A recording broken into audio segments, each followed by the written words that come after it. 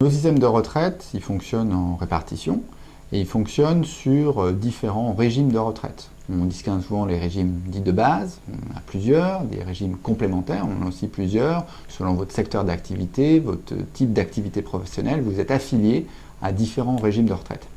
Ce qui caractérise le système français, c'est le fait que c'est sa grande complexité parce qu'un salarié, même s'il est, on va dire, dans le cadre du système de retraite obligatoire, va être largement affilié à plusieurs régimes de retraite obligatoire. Au moins, par exemple pour le secteur privé, le régime de base, la CNAV, le régime complémentaire, Agirc-Arrco. Avant, il y avait un régime pour les cadres et pour les non-cadres. Enfin, aujourd'hui, il y a un régime pour les cadres et les non-cadres, mais qui va fusionner progressivement d'ici 2019 pour être le régime complémentaire des cadres et des non-cadres.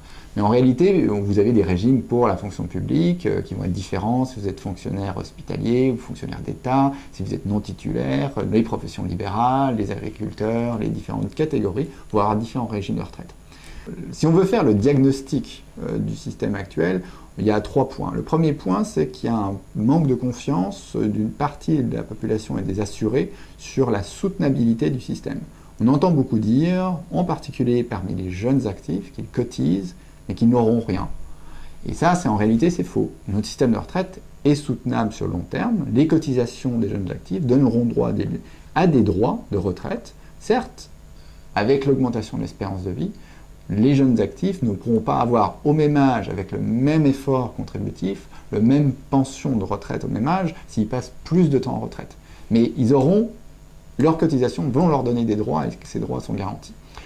Mais c'est problème de confiance. Deuxième point, c'est que la complexité du système fait qu'on a des différences en fait, de traitement dans la partie, on va dire, solidaire du système.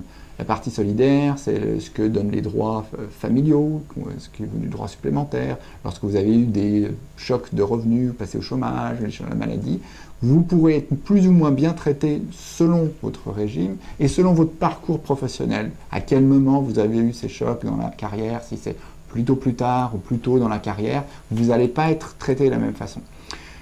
Le troisième point en termes de diagnostic, c'est que du coup, parce qu'on a décidé de progressivement équilibrer notre système en désindexant finalement les systèmes de calcul de retraite qui étaient indexés sur la croissance des salaires, on les a indexés sur l'inflation. On a transformé notre système en le rendant assez dépendant de la croissance et du coup en réduisant finalement son caractère assurantiel.